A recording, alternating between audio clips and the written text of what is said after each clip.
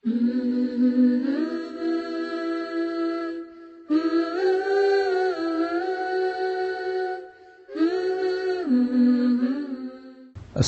عليكم ورحمة الله وبركاته. الحمد لله والصلاة والسلام على رسول الله وعلى آله وأصحابه ومن والاه، أما بعد. أعوذ بالله من الشيطان الرجيم. بسم الله الرحمن الرحيم. يا أيها الذين آمنوا إذا قمتم إلى الصلاة فاغسلوا وجوهكم وأيديكم إلى المرافق وامسحوا برؤوسكم وأرجلكم إلى الكعبين.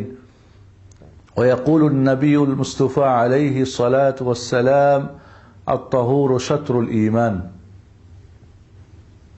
বন্ধুগণ, আজকের আমাদের আলোচনার শুরুতে আপনাদেরকে আমাদের পক্ষ থেকে প্রীতীয় শুভেচ্ছা জানাচ্ছি। আসুন আজকে আমরা জানব কিভাবে পবিত্রতা অর্জন করতে হয়। অপবিত্রতা দুই প্রকার রয়েছে, একটা ছোট একটা বড়।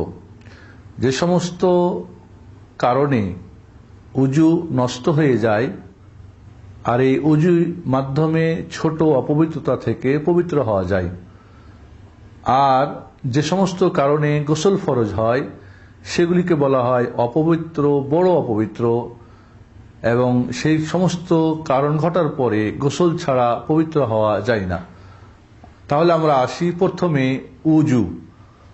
আল উজু, উজু সম্পর্কে আমাদের সম্যক ধারণা এবং তার পদ্ধতি সঠিক জানা দরকার। অনেকে আছে সারা জিন্দেগি হয়তো নামাজ পড়েন, কিন্তু উজুর পদ্ধতি সঠিক জানে না। মুহাম্মদুর রাসূলুল্লাহ সাল্লাল্লাহু আলাইহি সাল্লাম কিভাবে উজু করতেন সেটা আমাদের জানা দরকার। উজু মনে রাখতে হবে একটি ইবাদত। এর মাধ্যমে আল্লাহ রাব্বুল আলামিন যখন একজন মানুষ উজু করে তখন তার উজুর পানির দ্বারা তার পাপগুলি ঝরে যায়। একজন মানুষ যখন সুন্দর করে উজু করে তখন তার সমস্ত পাপগুলি ঝরে যায়। এরপরে নামাজ এবং মসজিদের দিকে যাওয়াটা তার অতিরিক্ত হয়ে যায়। উজু করে কেউ ঘুমিয়ে গেলে আল্লাহ রাব্বুল আলামিন একজন ফেরেশতা তার জন্য নিয়োগ হয়ে যায়, তার জন্য দোয়া করতে থাকে। ঘুম থেকে উঠে উজু করলে শয়তানের যে গিট বাঁধা থাকে এই গিটগুলি খুলে যায়। এই উজু করার পরে দোয়া করলে আল্লাহ রাব্বুল আলামিন তার জন্য জান্নাতের 8টি দরজা খুলে দেন।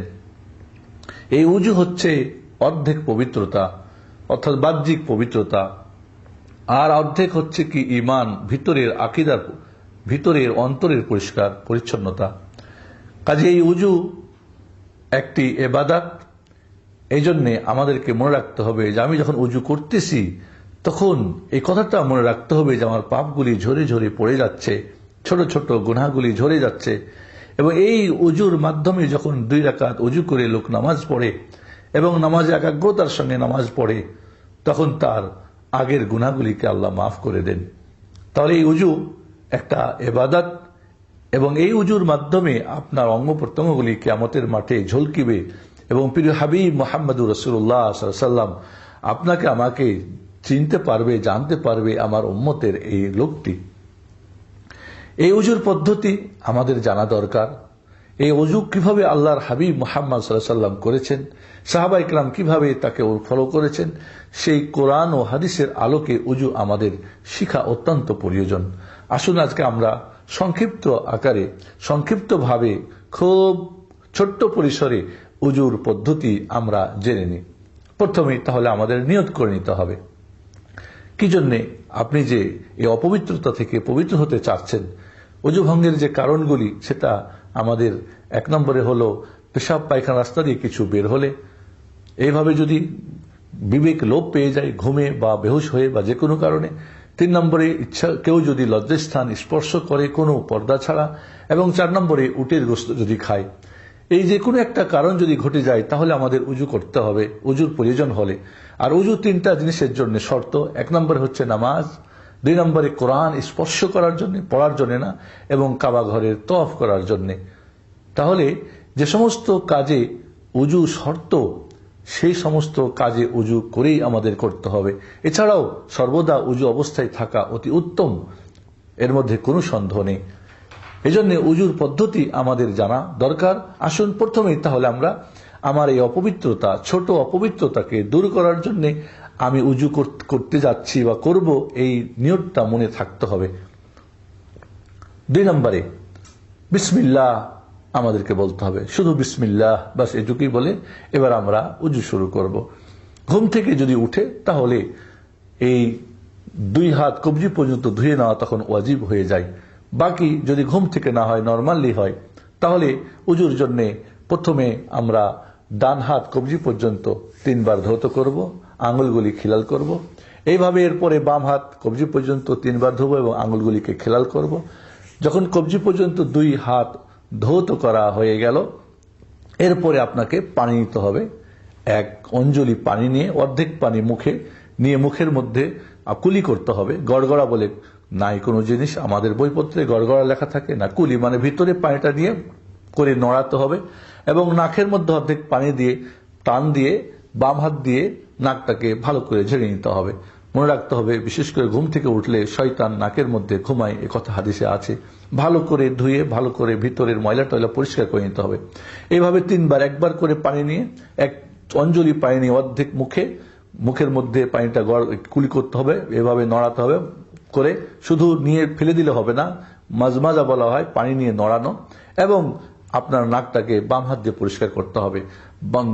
পানি নিতে হবে ডান হাত দিয়ে, কিন্তু নাক পরিষ্কার করতে হবে বাম হাত দিয়ে, এখানে ডান হাত ব্যবহার করা যাবে না অপ্রয়োজনে।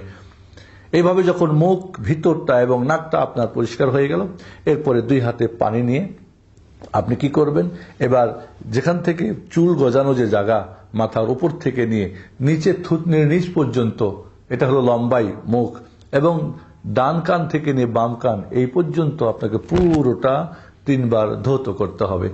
3 বার ধৌত করতে হবে।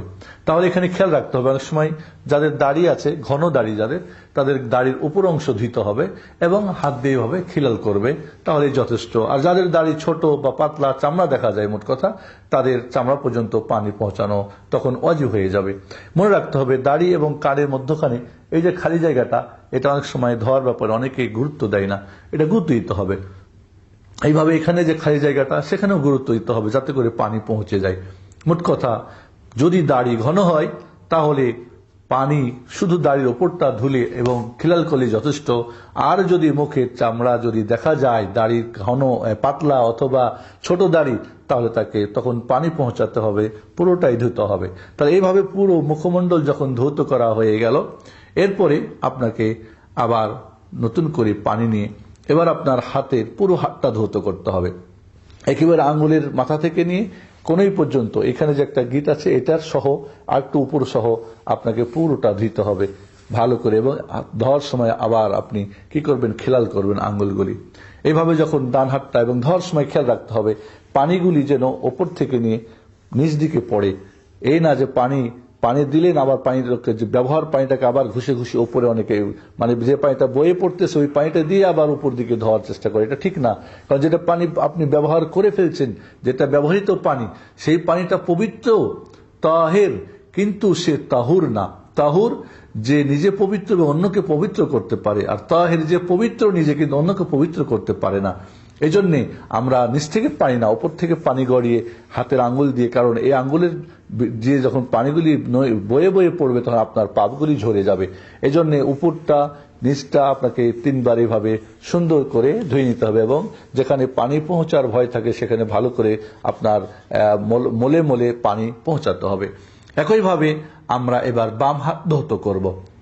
পানি নিয়ে আমরা বাম হাত আঙ্গুলের মাথা থেকে নিয়ে একেবারে কোনই পর্যন্ত, কোনই সহ কোনের উপর পর্যন্ত আমরা সুন্দর করে ওইভাবে পানি উপর থেকে আমরা পানি নিয়ে উপর সাইড এবং এই সাইড সুন্দর করে পানিগুলি যাতে করে নুয়ে নিয়ে পড়ে। এই না যে পানি, যে পানিগুলি পড়তেছে সেটাকে উঠিয়ে উঠিয়ে যেন আমরা মর্দন না করি, আমরা না মরি, বরং উপর থেকে পানি দিয়ে আমরা নিচের দিকে এটা কি করব, পানিটাকে ফেলে দেব। এইভাবে যখন আপনার 2 হাত ধৌত করা হয়ে গেল এবং বাম হাতও আমরা খিলাল করব ধোয়ার সময়, এরপরে আপনাকে নতুন করে পানি নিতে হবে। নতুন করে পানি নিয়ে এবার আমাদের মাথা মাসে করতে হবে। নতুন করে পানি নিয়ে হাতের মধ্যে যে পানি অবশিষ্ট যে থাকবে ভিজা হাত দিয়ে এবার আপনার মাথার সামনে আপনি হাত দুইটা রাখেন, রেখে এবার একেবারে পিছন পর্যন্ত যেখানে চুল গজানো জায়গা পর্যন্ত আপনি নেন, নিয়ে আবার সামনে নিয়ে এসে ছেড়ে দেন। এটা হলো পুরো মাথা মাসা হয়ে গেল, পুরো মাথা মাসে হয়ে গেল। অনেকেই করে কি, আমাদের কিছু বইয়াতে লেখা যায় 3 আঙ্গুল দিয়ে নিতে হবে, 2 আঙ্গুল দিয়ে নিয়ে আসতে হবে। এ ধরনের পদ্ধতি কোনো হাদিসে নেই, এগুলি মানুষের বানানো। পুরো হাত আল্লাহর নবী আলাইহিস সালাম কি করেছেন, আপনার মাথার সামনে রেখে পিছনে নিয়ে আবার সামনে এসে রেখেছেন। এরপরে শাহাদাত আঙ্গুল দিয়ে আপনার কানের ভিতরের এই যে জিলাপির মতো যে বাঁকা, এগুলির ভিতরটা আপনাকে মাসে করতে হবে এইভাবে, আর এই বুড়ো 2 আঙ্গুল দিয়ে কানের পিছনটা এইভাবে আপনাকে দিয়ে মাসা করতে হবে। এইভাবে কান মাথার অন্তর্ভুক্ত, এটা মনে রাখতে হবে। কান আল উদনানি মিনার রাস, 2 কান মাথার অন্তর্ভুক্ত। মাথা যেরকম মাসা করা ফরজ, ঠিক ওইভাবে কান দুইটি মাসা করা কি ফরজ। এবার যখন আপনার মাথা এবং কান মাসে হয়ে গেল, এখানে একটা কথা মনে রাখতে হবে, যদি মাথার মধ্যে মহিলাদের ওড়না পেঁচানো বাঁধা থাকে, খুলতে এবং বাঁধতে কষ্ট হয়, অথবা কোনো হয়তো ক্ষত বা বিক্ষত আছে যেখানে বাঁধা আছে, অথবা যদি পাগড়ি বাঁধা থাকে পুরুষদের, এক্ষেত্রে পাগড়ি খোলার প্রয়োজন নেই। পাগড়ি যদি খোলা থাকে বা ওড়না থাকে, তাহলে 4 ভাগের 1 ভাগ মাথা মাসে করে এরপরে বাকি ওড়নার উপর মাসা করলেও হয়ে যাবে। এভাবে পাগড়িরও একই অবস্থা, যে আপনি 4 ভাগের 1 ভাগ মাথা মাসা করে এরপরে পাগড়ি, অথবা না খুলে পাগড়ি এবং ওড়না, পুরো ওড়না বা পাগড়ির উপরে মাসা যদি করে নেন তবু হয়ে যাবে। মহিলাদের ক্ষেত্রে মাথার চুল গজানো পর্যন্ত হাত বোলাতে হবে, এই না যে তাদের চুল সমস্ত চুলের মাথা পর্যন্ত নিতে হবে, এমন কোনো জরুরি না। এখানে মনে রাখতে হবে যে মাসাহ যেন পুরো মাথাটা হয়, এটা খেয়াল রাখতে হবে। কিন্তু যদি মাথায় পাগড়ি বা ওড়না বাঁধা থাকে, সেক্ষেত্রে 4 ভাগের 1 ভাগ মাসে করে নিয়ে বাকিটা পাগড়ি বা ওড়নার উপরে করলে তখন যথেষ্ট হবে। নর্মাল অবস্থায় 4 ভাগের 1 ভাগ করলে মাথা মাসে যথেষ্ট হবে না। আল্লাহ রাব্বুল আলামিন বলেছেন ওয়ামসাহু বিরুউসিকুম, তোমাদের মাথা মাসে করো। এবং এই মাসার কিভাবে করতে হয় সেটা মুহাম্মদুর রাসূলুল্লাহ সাল্লাল্লাহু আলাইহি ওয়াসাল্লাম আমাদেরকে শিখিয়ে দিয়েছেন।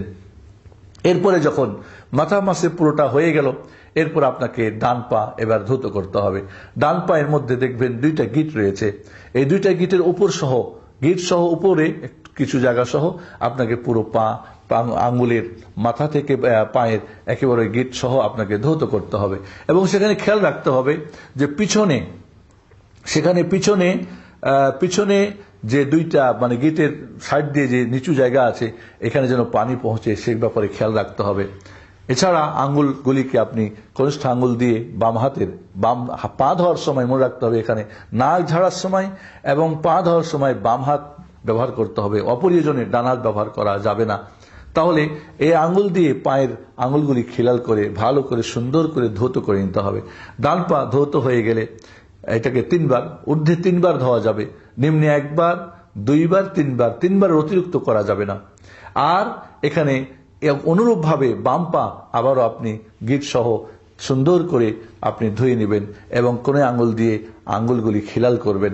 এইভাবে 2 পা যখন ধৌত করা হয়ে গেল, আপনার এবার উজুর পরে হালকা 2 হাতে কিছু পানি নিয়ে পানিটা যে ফেলে দিয়ে পানি যে অবশিষ্ট যে পানি থাকবে বা হালকা একটু পানি নিয়ে লজ্জাস্থান বরাবর এইভাবে আপনি ছিটা দিয়ে দেবেন, যাতে করে কোনো অসা বা সন্দেহ না থাকে যে এটা পেশাবের পানি কিনা ইত্যাদি ইত্যাদি। এইভাবে আপনার কমপ্লিট এবার উজু হয়ে গেল।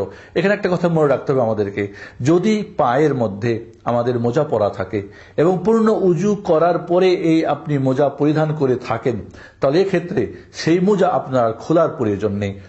সেটা চামড়ার মোজা হোক, রেক্সিনের মোজা হোক, ওলেন হোক, কটন হোক, যে কোনো মোজা হোক, মোট কথা যে মোজাতে পায়ের চামড়া দেখা যায় না, ঢাকা এবং গরম পাওয়া যায়, এই মোজা হলে অনেকেই মনে করে যে শুধুমাত্র কেবলমাত্র ওই চামড়ার মোজা হলে মাসা করা যাবে, আর কাপড়ের হলে বা ওলেন বা অন্য হলে করা যাবে না। এটা ভুল ধারণা। কারণ যেমন চামড়ার মোজার কথা হাদিসে এসেছে খুফ বলা হয়, ওইভাবে জাওরাব এবং তাসাখিন মানে যার দ্বারা পা গরম হয়, এবং জাওরাব যেটা মোজা, কাপড়ের মোজা, সেটা যে কোনো কাপড় দিয়ে হোক, উলেন হোক, কটন হোক, এই মোজা পরিধান আল্লাহ নবী আলাইহিস সালাম সবগুলির উপরে মাসে করেছেন, সবগুলি সুসাব্যস্ত। অতএব একটাকে স্বীকার করা একটাকে অস্বীকার করা এটা অজ্ঞতা ছাড়া আর কিছুই না। কাজে পায়ে যদি মোজা পরা থাকে, সেক্ষেত্রে আপনি পায়ের উপরে মোজা আর খোলা দরকার নাই, তখন শুধুমাত্র মোজার উপরে আপনি ডান পায়ে মোজা আছে, বাম হাত দিয়ে আপনি ডান পা দিয়ে এভাবে টান দিবেন, এই গিটের উপর পর্যন্ত। এইভাবে বাম পায়ে আপনি এইভাবে টান দিবেন, বাম হাত দিয়ে মোজার উপরে মাসা হয়ে গেল, খোলার প্রয়োজন নেই। বাড়িতে থাকা অবস্থায় একদিন এক রাত 24 ঘন্টা প্রথম মাসে করার পর থেকে নিয়ে, অর্থাৎ একজন উজু করলো, উজু নষ্ট হয়েছে, এরপর উজু করলেন, প্রথম যে মাসা করবে এখান থেকে নিয়ে 24 ঘন্টা এইভাবে তার মোজার উপর মাসে করা চলবে। আর যদি সফর অবস্থায় থাকে তাহলে 3 দিন 3 রাত তার জন্য এরকম মাসে করা কি জায়েজ হয়ে যাবে। এইভাবে যখন পূর্ণ উজু আপনার হয়ে গেল, এরপর আপনি দোয়া পড়বেন, আশহাদু আল্লা ইলাহা ইল্লাল্লাহু ওয়াহদাহু লা শারীকা লাহু ওয়া আশহাদু আন্না মুহাম্মাদান আবদুহু ওয়া রাসূলুহু। আল্লাহর হাবিব মুহাম্মদ সাল্লাল্লাহু আলাইহি ওয়াসাল্লাম বলেন, যে ব্যক্তি পূর্ণ উজু করার পরে এই দোয়াটা পড়বে, আল্লাহ রাব্বুল আলামিন তার জন্য জান্নাতের 8টি দরজা খুলে দিবেন। সুবহানাল্লাহ। এরপরে অন্য আরেকটি দোয়া আছে, আল্লাহুম্মা জাআলনি মিনাত তাওয়াবিন ওয়া জাআলনি মিনাল মুতাতাহহিরিন। আল্লাহ আমাকে তুমি পবিত্রতাকারী এবং তওবাকারীদের অন্তর্ভুক্ত করে দাও। পবিত্রতা হলো বাহ্যিক, আমি করলাম, এবং আত্মিক পবিত্রতার জন্য হচ্ছে তওবা। এজন্য এখানে 2টি কথা বলা হয়েছে। যেরকম আপনি বাহ্যিকভাবে পরিষ্কার পরিচ্ছন্ন হলেন, ভিতরটাও কিন্তু পরিষ্কার হতে হবে। সেখানে কোনো প্রকার শিরিক, কুফর, কালিমা, হিংসা, বিদ্বেষ রাখা যাবে না। কারণ ভিতরটা, বাইরটা পরিষ্কার হয়ে গেল, ভিতরটা অন্ধকার থাকলো, কালো থাকলো, নোংরা থাকলো, ময়লা থাকলো, তাহলে আল্লাহ রাব্বুল আলামিন কেমন করে কবুল করবেন? মোট কথা আমাদের মনে রাখতে হবে, এইভাবে পূর্ণ উজু আমাদের হয়ে গেল। এই উজুর ক্ষেত্রে আমাদের মনে রাখতে হবে, অনেকেই উজুর ক্ষেত্রে কিছু ভুল ত্রুটি করে থাকেন, ঘাড় মাসা করে থাকেন, এটা উজুর অন্তর্ভুক্ত না। অনেকে উজুর প্রত্যেকটা অঙ্গ প্রত্যঙ্গের সময় দোয়া পড়ে থাকেন, এগুলি সম্পূর্ণ সুন্নত পরিপন্থী।